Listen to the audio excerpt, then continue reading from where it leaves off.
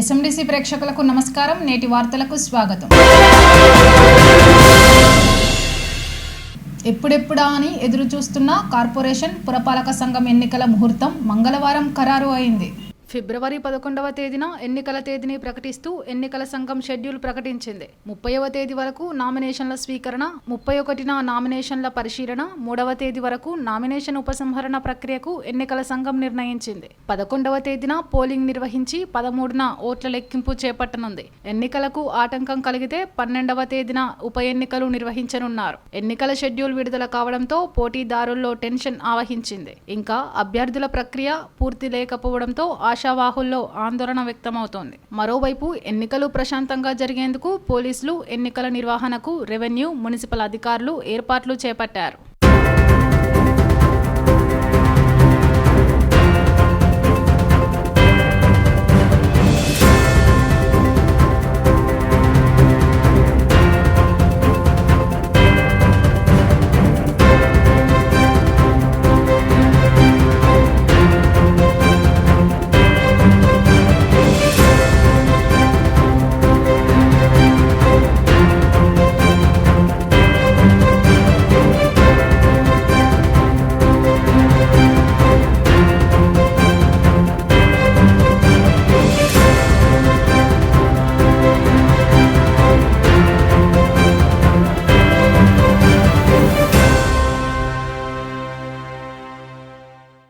సింగరేణి వ్యాప్తంగా మంగళవారం గుర్తింపు కార్మిక సంఘం టీబీజీకేఎస్ 21వ ఆవిర్భావ దినోత్సవ వేడుకలను నాయకులు, కార్యకర్తలు ఘనంగా జరుపుకున్నారు. శ్రీరాంపూర్ ఏరియాలోని గనులు, ఓసీపీలు డిపార్ట్మెంటుల్లో టీబీజీకేఎస్ ఏరియా ఉపాధ్యక్షుడు బండి రమేష్, కేంద్ర కార్యదర్శి పానగంటి సత్తయ్య ఆధ్వర్యంలో యూనియన్ జెండాలను ఆవిష్కరించి వేడుకలు జరుపుకున్నారు. ఎస్ఆర్పీ 3 బ్రాంచ్ కార్యదర్శి సాదుల భాస్కర్, ఫిట్ కార్యదర్శి వెంకటరెడ్డిల ఆధ్వర్యంలో యూనియన్ ప్రధాన కార్యదర్శి కేతిరెడ్డి సురేందర్ రెడ్డి పాల్గొని యూనియన్ జెండా ఆవిష్కరించి ఆవిర్భావ దినోత్సవ వేడుకలు ప్రారంభించారు. ఆర్కే న్యూటెక్ పై ఫిట్ కార్యదర్శి జలపతి, ఆర్కే 7 పై డివిజన్ ఆర్గనైజింగ్ కార్యదర్శి తొంగల రమేష్, బానోతు రాజు నాయక్, ఆర్కే 5 గనిపై ఫిట్ కార్యదర్శి దుర్గం రవిలు జెండా ఆవిష్కరించారు. ఈ సందర్భంగా వారు మాట్లాడుతూ ప్రొఫెసర్ జయశంకర్ ఆధ్వర్యంలో 2013 జనవరి 27న యూనియన్ స్థాపించడం జరిగిందన్నారు. జయశంకర్ ఆశయాలకు అనుగుణంగా కేసీఆర్ ఎన్నో హక్కులను సాధించి పెట్టారన్నారు. వారసత్వ ఉద్యోగాలను తిరిగి కార్మికులకు అందించడం గొప్ప వరమన్నారు. సింగరేణిలో 20,000 ఉద్యోగాలు కల్పించిన ఘనత కేసీఆర్, బీఆర్ఎస్కే దక్కుతుందన్నారు. ఇప్పుడున్న గుర్తింపు ప్రాతినిధ్య సంఘాలు కనీసం కార్మికుల సమస్యలు పట్టించుకోవడం లేదని ఆరోపించారు. ఈ కార్యక్రమంలో టీబీజీకేఎస్ ఏరియా కార్యదర్శి జంగ తిరుపతి, ఫిట్ కార్యదర్శి తౌటి నరేష్, సహాయ కార్యదర్శి శ్రీనివాస్, నాయకులు సల్మాన్, సతీష్ యాదవ్, కార్తిక్, ప్రశాంత్, నరేందర్, తిరుపతి, సాయి, ప్రణయ్, శ్రీకాంత్, రమేష్, ఆర్కే 7లో pit secretary Raju Nayak, assistant pit secretary Padam Srinivas, treasurer Jagadish, Krishnamurthy, Kovvuri Pratap, shift సెక్రటరీలు శ్రీధర్, గురుమూర్తి, నర్సింగం, వంశీకృష్ణ, సుబాని, కొత్తపల్లి సురేష్, రాజేందర్, తిరుపతి, శ్రీనివాస్ తదితరులు పాల్గొన్నారు. రెడ్డి గారిని మన తెలంగాణ ముగ్గాని కార్మిక సంఘం జెండా ఆవిష్కరించవలసిందిగా స్థానాలు, తర్వాత 3 స్థానాలు తీసుకొచ్చిన ఈ తెలంగాణ బుగ్గని కార్మిక సంఘం 2012లో జరిగిన ఎన్నికల్లో ఉద్యమం ఊపిరి దాల్చిన తర్వాత 2012లో జరిగిన ఎన్నికల్లో మొత్తానికి 5 స్థానాలు గెలిచి మన గుర్తింపు సంఘంగా రావడం జరిగింది. ఇంకా సింగరేణి కార్మికులు, జాతీయ సంఘాలు, ఆంధ్ర భావజాలం గల సంఘాల బారిన పడి తీవ్రంగా అన్యాయం అయిపోతున్నారని చెప్పి ఆ రోజు ప్రొఫెసర్ జయశంకర్ గారు గోదావరికి వచ్చి వారి చేతుల మీదుగా ఆంధ్రయ్య గారు, మల్లయ్య గారు, రాజిరెడ్డి గారు వీరందరితో కుక్కుల ఈశ్వర్ గారి సారథ్యంలో తెలంగాణ బుగ్గని కార్మిక సంఘాన్ని 2003 జనవరి 20వ తారీఖున ప్రారంభించిన తర్వాత నందున ఏఐటీసీ అధికారంలోకి రావడం, సింగరేణి కార్మికులకు మళ్ళా పాత రోజులు ఎలా అయితే కాంగ్రెస్ నాయకుడు రేవంత్ రెడ్డి గారు ఆనాటి రోజులు తెస్తా అని చెప్పి రాష్ట్రంలో ఎలాంటి పరిస్థితి తీసుకొచ్చాడో సింగరేణిలో కూడా పాత రోజులు ఏఐటీసీ, ఐఎన్టీసీ నాయకత్వంలో వచ్చినాయి. కాబట్టి తప్పనిసరిగా సింగరేణి కార్మికులందరూ కంకణబద్దులై ఈ సంస్థను కాపాడుకోవాలి. ఈరోజు ఈ సంస్థను మొత్తానికి అమ్మడానికి చూస్తున్నారు, ప్రైవేట్ పరం చేయడానికి చూస్తున్నారు. కాబట్టి దీన్ని కాపాడుకోవాలంటే తెలంగాణ బుగ్గని కార్మిక సంఘమే ముఖ్య భూమిక పోషించాలని, కార్మికులు ఎవరైతే యువరక్తం ఇక్కడ ఉన్న దాంట్లో 190% యువకులు ఉన్నారు, వీరికి ఉద్యోగాలు వచ్చే అవకాశం లేదు. 1998 నుంచి జాతీయ సంఘాలతో కూడగొట్టబడిన వారసత్వ ఉద్యోగాలను హైకోర్టు, సుప్రీంకోర్టు కొట్టివేసినా కూడా వారసత్వ ఉద్యోగాలను మెడికల్ ఇన్వాలిడేషన్ పేరు మీద తీసుకొచ్చిన ఘన చరిత్ర కేసీఆర్ గారి సారథ్యంలోని టీఆర్ఎస్ పార్టీ మరియు తెలంగాణ బుగ్గని కార్మిక సంఘం.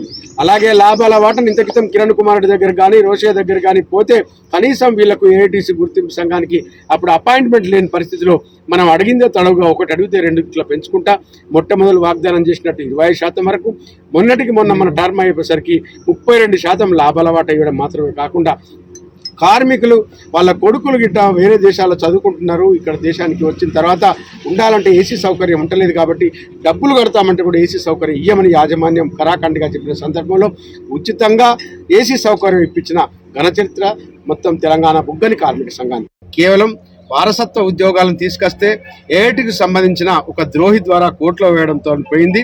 మరియు మారు పేర్ల సమస్య కొన్ని లీగల్ పాయింట్స్తో తప్ప ఆ రోజు ఇవ్వని హామీలను కూడా నెరవేర్చిన అలాంటి సమయంలో 2017 అక్టోబర్ 5న జరిగిన ఎన్నికల్లో ఇలాగే జరిగితే ఈ టీఆర్ఎస్ పార్టీని మనం ఎట్టి పరిస్థితుల్లోనూ తగ్గించలేం కాబట్టి మొట్టమొదటిగా సింగరేణిలో తెలంగాణ బుగ్గని కార్మిక సంఘాన్ని ఓడించాలనే ఉద్దేశంతో బద్ధ వ్యతిరేకులైన తెలుగుదేశం, కాంగ్రెస్, కమ్యూనిస్టులు అందరూ ఒకటై ఆ రోజు తెలుగుదేశం పార్టీలో ఉన్న రేవంత్ రెడ్డి గారు కూడా కోల్బెల్ట్ ఏరియాలకు వచ్చి తెలంగాణ బుగ్గని కార్మిక సంఘాన్ని ఓడించాలని చేస్తున్న ప్రయత్నాలను గమనించిన ముఖ్యమంత్రి గారు స్వయంగా రంగంలోకి దిగి మళ్ళీ ఒకవేళ సింగరేణి కార్మికులు అరిగోసపడతారు జాతీయ సంఘాల ఉచ్చులో పడితే అని చెప్పి స్వయంగా వారు ఒక 10 డిమాండ్లు నన్ను నమ్మి తెలంగాణ బుగ్గని కార్మిక సంఘాన్ని గెలిపించండి, మీకు ఈ 10 సమస్యలు పరిష్కరిస్తానని వారు చెప్పడం, వారి మాటలను విశ్వసించిన సింగరేణి కార్మికులు 11 డివిజన్లో 9 డివిజన్లు గెలిపించి తెలంగాణ బుగ్గని కార్మిక సంఘానికి అఖండ విజయాన్ని సాధించడం జరిగింది. బ్యాంకింగ్ రంగంలో 5 రోజుల పని విధానం అమలుపై ప్రభుత్వం నుంచి స్పష్టత లేకపోవడంతో ఒక్కరోజు దేశవ్యాప్త సమ్మె చేస్తున్నామని మంచిర్యాల జిల్లా United forum of bank union నాయకులు తెలిపారు. దేశవ్యాప్త సమ్మెలో భాగంగా మంచిర్యాల జిల్లా కేంద్రంలోని ఎస్బీఐ మెయిన్ బ్రాంచ్ ముందు బ్యాంకు ఉద్యోగులు విధులు బహిష్కరించి నిరసన వ్యక్తం చేశారు. అనంతరం ప్లకార్డులు ప్రదర్శిస్తూ బెల్లంపల్లి చౌరస్తా వరకు ర్యాలీ నిర్వహించి ఆవేదన వ్యక్తం చేశారు. బ్యాంకింగ్ రంగాన్ని కేంద్ర ప్రభుత్వం పూర్తిగా నిర్లక్ష్యం చేస్తుందని, గతంలో కుదిరిన ఒప్పందాలను సైతం తుంగలో తొక్కుతుందని వారు ఆరోపించారు. 2015లో 10వ ద్వైపాక్షిక ఒప్పందం 7వ జాయింట్ నోటు ప్రకారం 2, 4 శనివారాలను సెలవులుగా ప్రకటించగా మిగతా 2 శనివారాలను సైతం సెలవులుగా ప్రకటించే అంశాన్ని తగిన సమయంలో పరిశీలిస్తామని హామీ ఇచ్చినా ఇప్పటికీ అమలు కాలేదని ఉద్యోగ సంఘాల నేతలు విమర్శించారు. ఇప్పటికైనా కేంద్ర ప్రభుత్వం స్పందించి బ్యాంకింగ్ రంగ సమస్యలు పరిష్కరించాలని డిమాండ్ చేశారు. లేని పక్షంలో తమ ఆందోళనలను ఉధృతం చేస్తామని హెచ్చరించారు.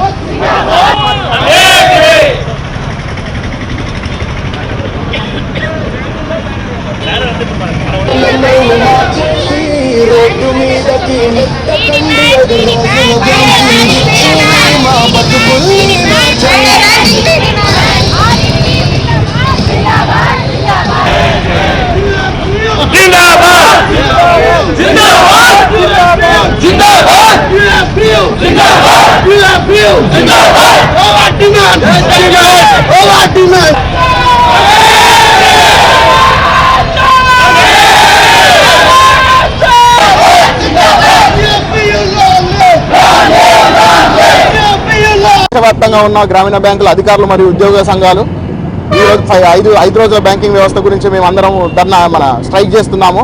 అదేవిధంగా గవర్నమెంట్ 2024లో జరిగిన బైపార్టైట్ సెటిల్మెంట్లో మాకు ఒక హామీ ఇచ్చింది. 180 రోజులలో 5 రోజుల బ్యాంకింగ్ వ్యవస్థను మేము ప్రవేశపెడతాము, గవర్నమెంట్ నుంచి అప్రూవల్ తీసుకొస్తామని చెప్పేసి ఐబీఐ మాకు ఒక మోసపూరిత హామీ ఇచ్చి ఆ హామీని మమ్మల్ని మోసగించడే కాకుండా గడిచిన సంవత్సరం నుంచి రేపు ఎల్లుండి అనుకుంటూ మా బ్యాంకు ఉద్యోగుల జీవితాలతో ఆడుతూ ఉన్నది. గడిచిన 10 సంవత్సరాల నుంచి ఎటువంటి రిక్రూట్మెంట్లు సరిగ్గా లేకుండా 100 మంది రిక్రూట్మెంట్ కావాల్సి వస్తే 10 మందిని రిక్రూట్ చేస్తుంటా. బ్యాంకు ఉద్యోగులను పేరుకేమో 10 నుంచి 5 దాకా బ్యాంకింగ్ అవర్స్ అని చెప్పేసి పొద్దున 10 నుంచి రాత్రి 10 దాకా బ్యాంకింగ్లో కూర్చోబెట్టుకుంటూ ఒక్కొక్క బ్యాంకు ఉద్యోగి జీవితంతో ఆటలాడుతుంది. ఇది సరైన పద్ధతి కాదు. మా న్యాయమైన డిమాండ్ ఖచ్చితంగా 5 రోజుల బ్యాంకింగ్ వ్యవస్థను ప్రవేశపెట్టాల్సిందే. ప్రవేశపెట్టేదాకా మేము ఖచ్చితంగా పోరాడతాం. యూఎఫ్బియు, యూఎఫ్ఆర్ఆర్బియు అన్నింటితో కలిసి మేము కలిసికట్టుగా ఇంకెన్ని రోజుల ఇండెఫినెట్ స్ట్రైక్ కూడా మేము వెనకాడేది లేదు. ఖచ్చితంగా 5 రోజుల బ్యాంకింగ్ వ్యవస్థను గవర్నమెంట్ అప్రూవ్ చేయాల్సిందే. మా అందరి న్యాయమైన డిమాండ్ను పరిష్కరించాల్సిందే. యూఎఫ్ఆర్ఆర్బియు. నేటి ఎస్ఎండిసి న్యూస్ ఇంతటితో సమాప్తం. తిరిగి ప్రసారమయ్యే ఎస్ఎండిసి న్యూస్లో మళ్ళీ కలుద్దాం. అంతవరకు సెలవు. నమస్కారం.